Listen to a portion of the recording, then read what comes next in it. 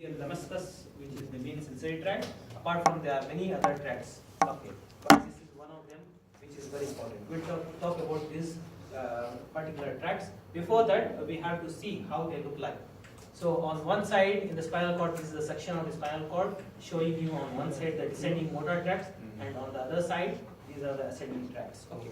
So one of the very important tract which I was talking about is the corticospinal tract. So it divides into two parts, the lateral as well as the ventral anterior part. Okay, we'll talk about that, how it divides. Okay. So this is the lateral corticospinal, this is the ventral corticospinal. Then we have the tectospinal, medial level reticospinal, vestibulospinal, lateral reticospinal, oliospinal, glucospinal, all the other tracts. Okay. Coming among these sensory tracts, these are the fasciculus brachiosaurus, the fasciculus cuneatus, which together join to form the medial lemniscus.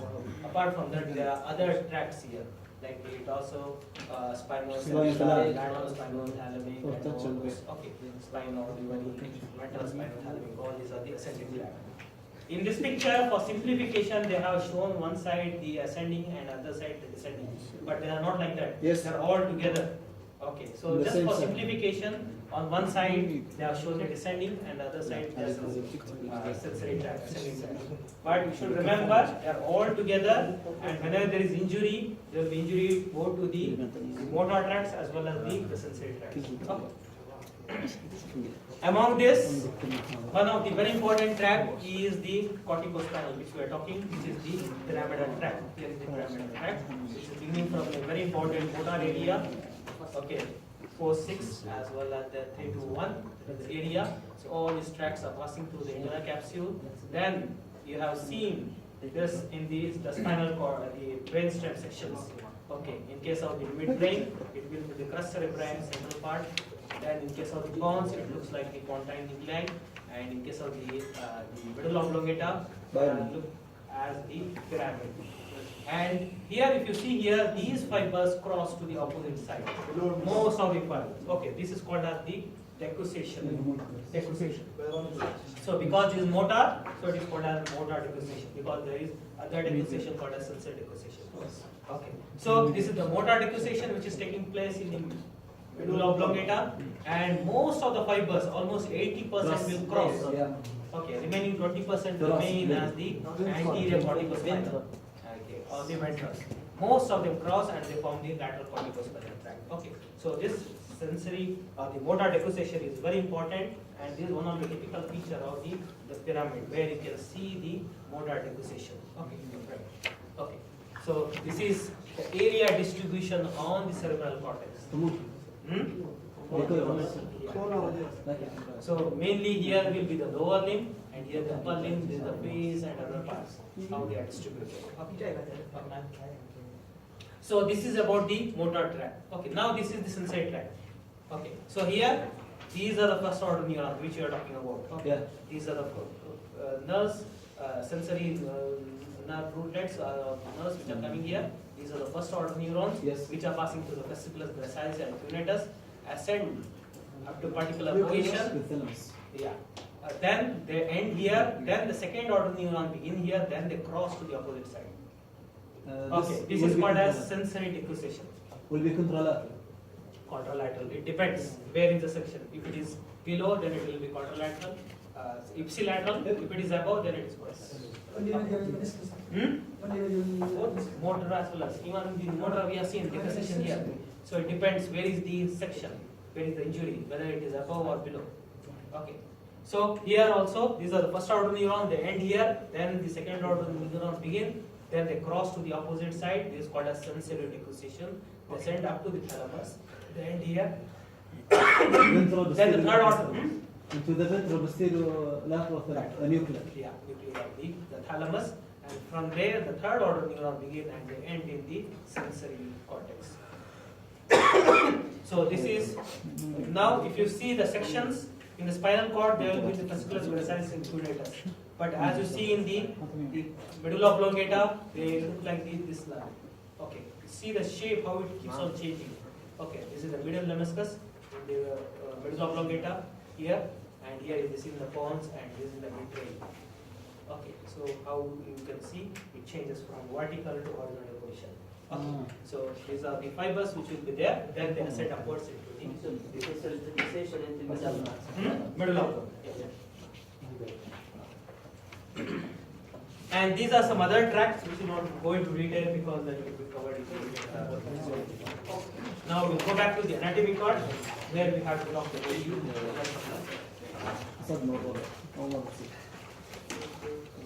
The spinal cord is richly supplied with the physiology part. Yeah. Yeah, we will not go into detail because there will be overlaps, so we just avoid it. No.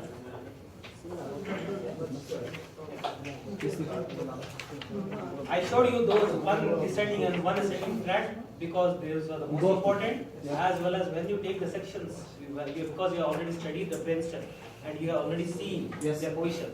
Now just I wanted to highlight the importance of those tracks. Because there are so many tracks, you might mix up all the tracks. You should know which is most important, what is most important and what is less important. Okay. So that's why I was showing you the position of those tracks. Now coming to the blood supply. Blood supply is supplied by 3 longitudinal arteries or the channels. Okay. So which are coming from the branches of the vertebral artery. If you see here, these are the 2 vertebral arteries on either side. Okay. They join to form basilar artery. Before they join, on either side they will give one spinal artery on either side, join together in the front, and they descend downwards as a single artery. This is called as the anterior spinal artery. Yes. Similarly, each artery will give a separate artery on the posterior side. These are called as posterior spinal. Posterior spinal. Each artery on either side will give one separate posterior spinal artery. So there is one anterior spinal artery and 2 posterior spinal arteries. Okay. So that you should remember. And these are the branches from the vertebral artery. But these arteries are supplying only the upper part of the spinal cord in the cervical region. Okay. So here, if you can see here, there is one spinal artery, anterior spinal artery, this is the anterior spinal artery, which is formed by the joining of the 2 arteries from either side. And here there are 2 spinal arteries, separate arteries, posterior spinal arteries. Okay. If we talk about these fissures, sulci, did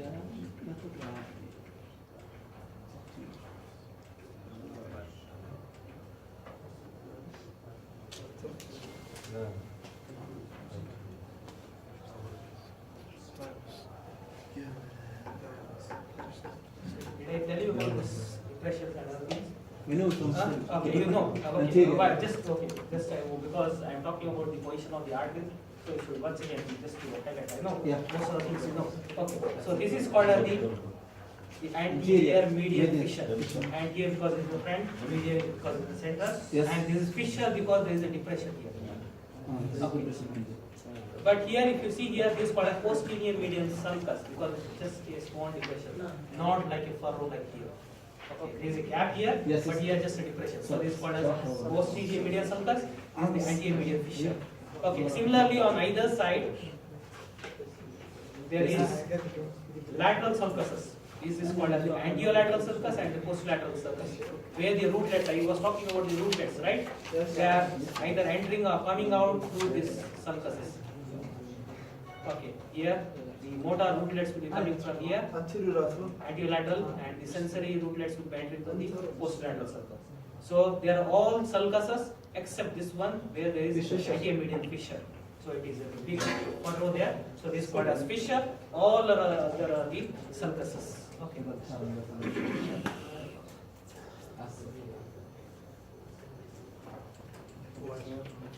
Okay. So because I wanted to talk about this one. So this anterior spinal artery is present in the anterior median fissure. And these 2 posterior arteries, posterior spinal arteries are in the posterolateral sulcuses. Okay. Here are the rootlets. If you can see here, these are the rootlets. Okay. Okay.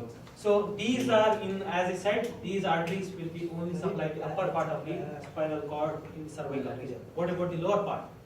These lower part are supplied by direct branches which are coming from the posterior spinal arteries or the abdominal arteries. Okay. So here these are the posterior spinal arteries, which gives, these are called as the segmental spinal arteries, and in turn they give smaller branches. These are called as radicular arteries.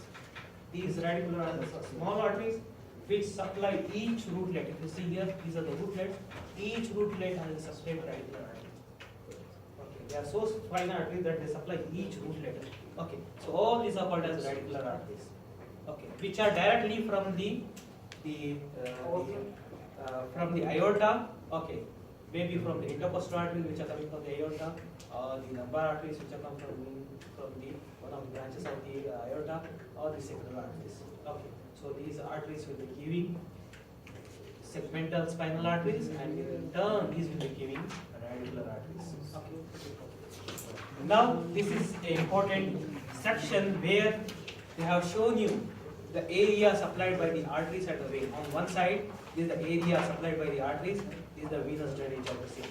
Okay, but they are all intermingled. But to simplify, they are shown on one side the arterial supply, one side the venous drainage. Okay, why it is important? We will talk about that. Okay, so here if you see here, the anterior spinal artery is only one artery, Yes. and it is present in the antemedial fissure. Okay, and it supplies most of the area, all this area. Yes. Okay. As you know, the spinal injuries, one can be because of the injury, second can be because of the Fall. vascular injury, where there will be blood vessels which are damaged, maybe there is a block or maybe bleeding or something. If this one spinal artery get injured, this whole area gets injured, and in turn the tracts which are present here. But here if you see the posterior, post-spinal artery Two. each on either side, there are two. So if there is damage to post-spinal artery, only one part, this area will be affected, one of the sensory areas. Could you repeat this one? As I was talking, the anterior spinal artery is the most important artery among these arteries, because one, there is only one spinal anterior spinal artery, and it supplies most of the anterior gray column as well as the anterior and lateral white matter. Okay, fasciculars. Okay, this whole area is supplied by one spinal artery. So if it is injured, single artery is there, so this whole area will be lack of oxygen, and that will lead to damage to all this tract. But posterior spinal arteries are on either side, here and here. Here they are not shown, but it will be present on here as well as here. So if there is blockage of one artery, only this area is affected. So if there is damage to this area, only this area is affected. So the anterior spinal arteries, as well was studying, is more important. The vascular damage, it can cause more vascular damage than the posterior spinal arteries. And these are the spinal arteries, and these are the radicular arteries which are supplying each rootlet which I was talking about. Coming to the venous drainage, as I said, there are only three arteries, right? One anterior spinal artery and two posterior spinal arteries. So these are the three arteries which are supplying. Coming to the venous drainage is not by three veins, but the 6 veins are draining. Arteries are only 3, but the venous drainage is more, 6. Yes. Okay. The venous drainage, the veins draining the spinal cord are arranged in the form of 6 longitudinal channels. Okay. If you see here, so one is in the midline, anterior median vein, and similarly one posterior is called the posterior median vein. Okay, these are at the center, so they are not paired. On the lateral side, if you can see here, anterior lateral as well as the posterior lateral spinal veins. So these are in pairs here and here. For simplification, they have shown only the arteries here and the veins on the other side, but they will be present on either side. Okay.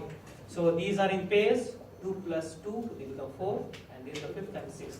So there are 6 veins which are draining. Okay, they are arranged like this: anterior medial vein, posterior medial vein, anterior lateral, posterior lateral on either side. Okay, all these are drained by the radicular veins, and finally from there into the spinal veins. Okay. So these are the veins which will be drained. Okay. Coming to the last part, the applied aspects, the most important thing which you do whenever which is clinically done is the lumbar puncture. Okay.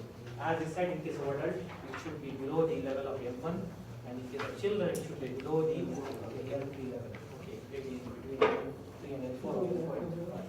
Okay, so that is important. And the second important is the epidural space, where you can use anesthesia as well as you can pass some drugs, painkillers to reduce the pain in case of the chronic backache.